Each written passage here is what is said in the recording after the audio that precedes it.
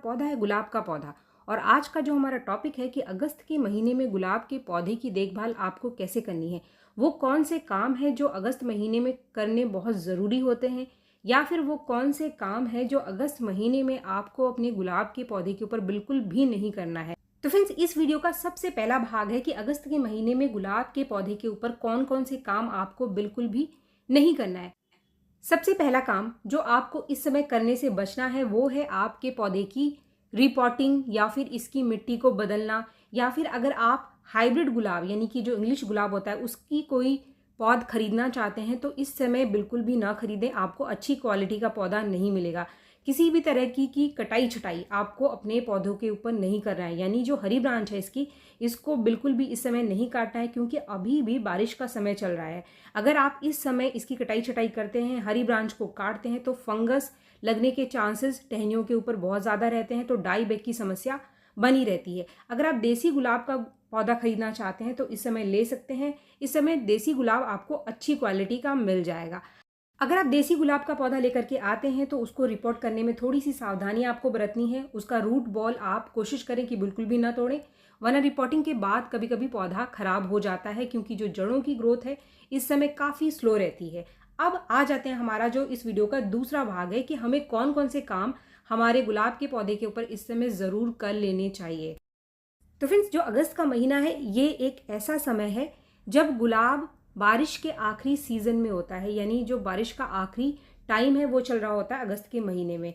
तो ये एक ऐसा समय है जब आपका गुलाब अब ग्रोथ पकड़ना स्टार्ट करेगा, और अगले महीने से यानी सितंबर महीने से आपका गुलाब नई ग्रोथ तेज कर देगा, क्योंकि आगे के महीनों में इसमें नई जड़ें निकलनी शुरू हो जाती हैं। यानी जो जड़ें हैं वो ग्रोथ पकड़ लेती हैं, तो ऊपर भी पौधा ग्रोथ करना स्टार्ट कर देता है।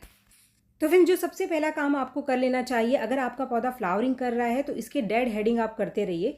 सूखे फूलों को आप हाथ से तोड़ करके ही निकालते रहें, लेकिन कैंची का इस्तेमाल करके आपको कोई भी कटिंग यानी हरी ब्रांच को कट नहीं करना है। इसके साथ ही इसके अंदर अगर कोई घास वगैरह उग कर आ गई है तो आप उसको ज़रूर से साफ़ कर लो, वरना ये जो घास है वो जड़ पकड़ लेती है मिट्टी के अंदर, तो आपके जो गुलाब के पौधे की ग्रोथ है यानी जो उसकी जड़ की ग्रोथ है वो कम हो जाएगी।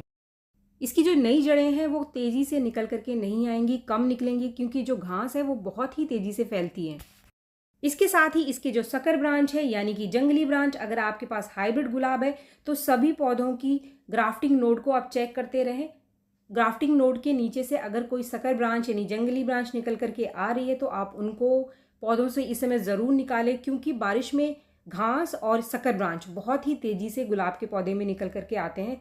कभी कभी लोग क्या करते हैं कि जो सकर ब्रांच है वो बहुत तेज़ी से ग्रो करती है, ज़्यादा हरी होती है और ज़्यादा चमकदार उसके पत्ते और हेल्दी दिखाई देती है, तो लोग उसको रख लेते हैं और जो मेन ब्रांच है उसको काट करके निकाल देते हैं। तो अगर आपके पास हाइब्रिड यानी इंग्लिश गुलाब है तो इस चीज़ का ध्यान ज़रूर रखें, सकर ब्रांच की पहचान करें और उसको काट करके अपने पौधे से ज़रूर निकालें। इसके बाद जो अगला पॉइंट है जिसका कि आपको ध्यान रखना है वो है आपको अपने पौधे की जो मिट्टी है उसकी ड्रेनेज का ध्यान रखना है। ड्रेनेज अच्छी होनी चाहिए, पॉट का छेद बंद नहीं होना चाहिए, क्योंकि अभी भी अगस्त में बहुत बारिश है। इसके बाद आप अपने पौधों की गुड़ाई भी ज़रूर कर लीजिए मिट्टी की साफ़ सफाई करने के बाद। इसके बाद एक बहुत ज़रूरी काम जो आपको करना है वो है इसके अंदर एक ऐसी चीज़ को डालना जिससे कि पौधे की मिट्टी में फंगस और कीड़े न बने। तो अगर आपने जुलाई में अपने पौधे के अंदर नीम खली का पाउडर डाला था तो आप फिर से अगस्त में एक बार अपने सभी गुलाब के पौधों की साफ़ सफाई करने के बाद, उसकी गुड़ाई करने के बाद एक एक चम्मच नीम खली का पाउडर ज़रूर डाल दीजिए। इससे पौधे के अंदर चाहे कितनी भी बारिश हो कोई भी कीड़ा या फिर फंगस नहीं लगेगा, जड़ें आपके पौधे की बची रहेंगी। अगर आपके पास नीम खली का पाउडर नहीं है तो आप नीम के पत्तों को सुखा करके उसका पाउडर यहाँ पर दे सकते हैं। अगर आपके पास नीम का तेल घर के अंदर रखा हुआ है, आपके पास नीम खली का पाउडर नहीं है, तो नीम के तेल का इस्तेमाल भी आप यहाँ पर कर सकते हैं, क्योंकि जो नीम का तेल है एक नेचुरल इंसेक्टिसाइड है और फंगीसाइड है। तो अगर आप उसको मिट्टी में डालते हैं तो उससे भी किसी भी तरीके का कोई कीड़ा नहीं बनेगा। इसके लिए आपको जितनी मात्रा यानी जितना बड़ा आपका पौधा है उसके हिसाब से पहले पानी ले लेना है। जैसे आप देख सकते हैं कि मैंने इसके अंदर पानी ले लिया है मग्गे के अंदर, जिस पौधे के अंदर मुझे ये तेल डालना है। अब थोड़ा सा तेल यानी कुछ बूंदे तेल की आप इस पानी के अंदर डाल करके इसको मिला लो। बहुत ज़्यादा तेल का इस्तेमाल आपको नहीं करना है। नाप करके 1/4 चम्मच से ज़्यादा तेल आपको नहीं लेना है। मान लीजिए कि आपके पौधे का साइज़ बहुत बड़ा है और आपको पानी ज़्यादा लेना है तो लगभग आधा चम्मच ये तेल आप पानी के अंदर डाल लो।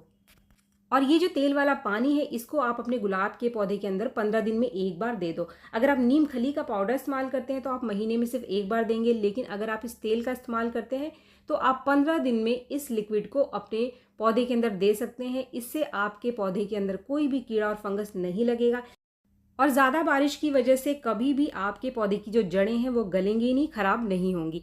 इसके बाद अब आ जाते हैं एक बहुत इंपॉर्टेंट पॉइंट के ऊपर कि जो फंगस और कीड़े हैं इस समय सिर्फ आपके पौधे की मिट्टी में ही नहीं लगते हैं।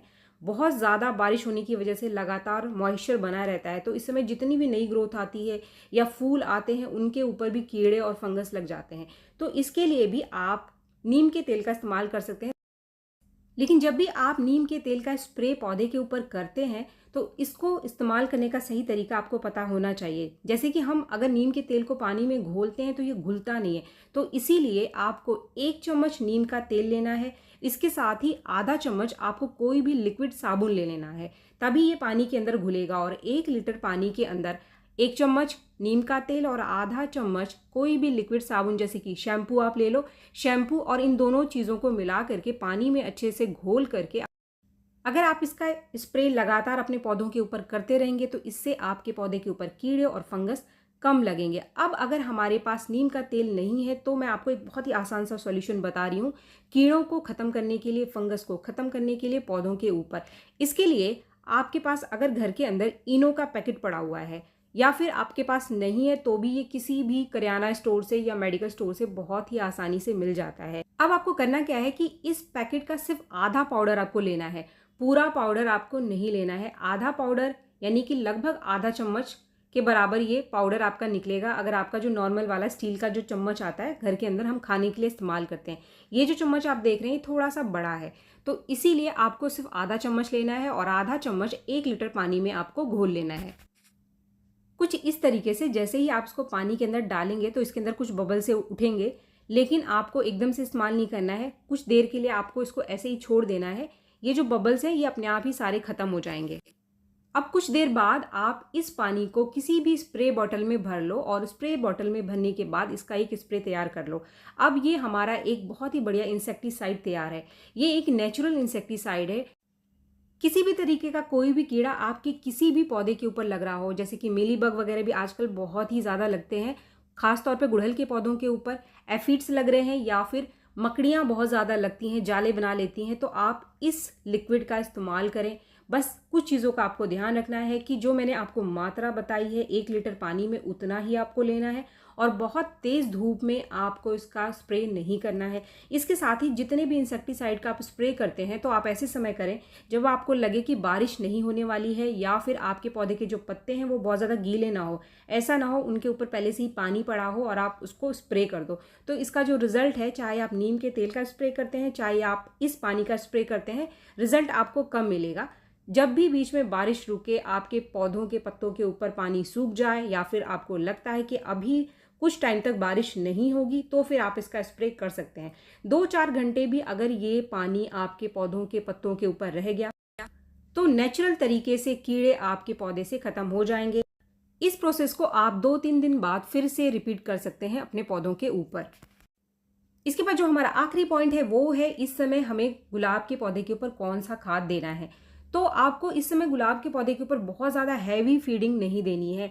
हैवी फीडिंग स्टार्ट हमें नेक्स्ट महीने से करना है, लेकिन इस समय हमें गुलाब के पौधे को वो खाद देना है जिससे कि इसकी जो जड़ों की ग्रोथ है वो स्टार्ट हो जाए, यानी जड़ें नई बननी शुरू हो जाए। तो इसके लिए अगर आपके पास ह्यूमिक एसिड है या फिर आपके पास सीवीड फर्टिलाइज़र है घर के अंदर रखा हुआ है, तो आप इनमें से कोई भी एक अपने पौधों को ज़रूर दे दो। मेरे पास सीवीड फर्टिलाइज़र रखा हुआ है, ये जो आप देख रहे हैं ये है 1 चम्मच सीवीड ग्रेन्यूल्स। ये एक ऑर्गेनिक फर्टिलाइज़र होता है, ये जड़ों की ग्रोथ को बढ़ाता है, साथ में इसमें बहुत सारे माइक्रो न्यूट्रिएंट्स होते हैं, तो ये हमारे पौधों की इम्यूनिटी को भी बढ़ाएगा। तो इसीलिए ये बहुत ही बढ़िया काम करता है इस समय हमारे पौधे में नई जान डालने के लिए। तो इसीलिए अगर आपके पास सीवीड ग्रेन्यूल या फिर ह्यूमिक एसिड रखा हुआ है तो आप इस समय अपने पौधों को ज़रूर दे दो। मेरे पास ये ग्रेन्यूल फॉर्म में है तो 1 चम्मच मैं मेरे पौधे के अंदर डाल देती हूँ। बहुत सारे लोगों के पास माइक्रो न्यूट्रिएंट्स होंगे जो कि लिक्विड फॉर्म में होंगे, तो आप 1 चम्मच 1 लीटर पानी में घोल करके 15 दिन में एक बार दे सकते हैं। लेकिन अगर आप ग्रेन्यूल फॉर्म में कुछ इस तरीके से डालते हो तो 1 चम्मच महीने में एक बार काफ़ी है। अगर हमारे पास कोई भी सीवीड फर्टिलाइज़र नहीं है या फिर ह्यूमिक एसिड नहीं है तो यहाँ पर आप कौन सा फर्टिलाइज़र, कौन सा वो होममेड फर्टिलाइज़र है जो अपने पौधे को दे सकते हैं। तो फ्रेंड्स, इसके लिए जो सबसे बढ़िया फर्टिलाइज़र रहेगा जिसके अंदर पोटाशियम की बहुत अच्छी मात्रा है और बहुत सारे माइक्रो न्यूट्रिएंट्स भी हैं, वो है प्याज के छिलके का लिक्विड फर्टिलाइज़र। प्याज के छिलके का लिक्विड फर्टिलाइज़र इस समय गुलाब के पौधे के ऊपर बहुत ही बढ़िया काम करेगा। तो इसीलिए आप प्याज के छिलकों का लिक्विड फर्टिलाइज़र कुछ इस तरीके से बना करके दें, जैसा कि मैंने अभी कुछ पिछले वीडियो में भी आपके साथ शेयर किया था। आपको सीधे उसको भिगो करके नहीं देना है। जो प्रोसेस मैंने आपको बताया था कि प्याज के छिलकों के फर्टिलाइज़र को बनाने के लिए आप कुछ प्याज के छिलकों को ले लो। इसके बाद ये जो प्याज के छिलके हैं आप इनको पानी में भिगो करके 2 से 3 मिनट आप इसको गैस के फ्लेम पर रख करके इसको पहले पानी में अच्छे से उबाल लो। जब भी आप इस तरीके से फर्टिलाइज़र अभी बारिश में दोगे तो इससे किसी भी तरीके का कोई फंगस हमारे पौधे के ऊपर नहीं लगेगा और हमारे पौधे को एक अच्छा न्यूट्रिशन भी मिल जाएगा। इसके बाद इस पानी को ठंडा करके आपको छान लेना है और छानने के बाद हमारे पास जितना लिक्विड बन करके तैयार होता है, यानी जितना पानी हमारे पास बना उतने पानी में लगभग 2 गुना और पानी आपको इसके अंदर मिला लेना है। इसके साथ इसके अंदर एक और चीज़ आपको मिलानी है, वो है आधा चम्मच चाय की पत्ती। ये आधा चम्मच चाय की पत्ती भी आप इस लिक्विड फर्टिलाइज़र के अंदर ज़रूर मिला लो। इस तरीके से एक लिक्विड फर्टिलाइज़र बना करके आप हर 15 दिन में एक बार गुलाब के पौधों को इस समय दे सकते हैं। इससे गुलाब के पौधे को जो एक न्यूट्रिशन है वो मिलता रहेगा, आपका पौधा हेल्दी बना रहेगा। और अगर इन सारी बातों का आप ध्यान देंगे तो अगस्त में आपका पौधा बहुत ही सुंदर फूल देगा। आपके पौधों के ऊपर कोई भी कीड़ा और फंगस नहीं लगेगा। आपका पौधा तेज़ी से नई जड़ें निकालना शुरू कर देगा और जैसे ही सितंबर का महीना आएगा तो सितंबर का महीना गुलाब के पौधे के लिए एक अच्छा समय शुरू हो जाता है। आपका पौधा ज़्यादा से ज़्यादा नई ग्रोथ लेगा और ज़्यादा से ज़्यादा फ्लावरिंग देना शुरू कर देगा। उम्मीद है वीडियो आपको पसंद आया होगा। वीडियो अगर आपको पसंद आया तो एक लाइक ज़रूर करें और मेरे चैनल को आपने अब तक सब्सक्राइब नहीं किया है तो मेरे चैनल को सब्सक्राइब भी ज़रूर कर लें। मिलते हैं मेरे नेक्स्ट वीडियो में, तब तक के लिए थैंक यू।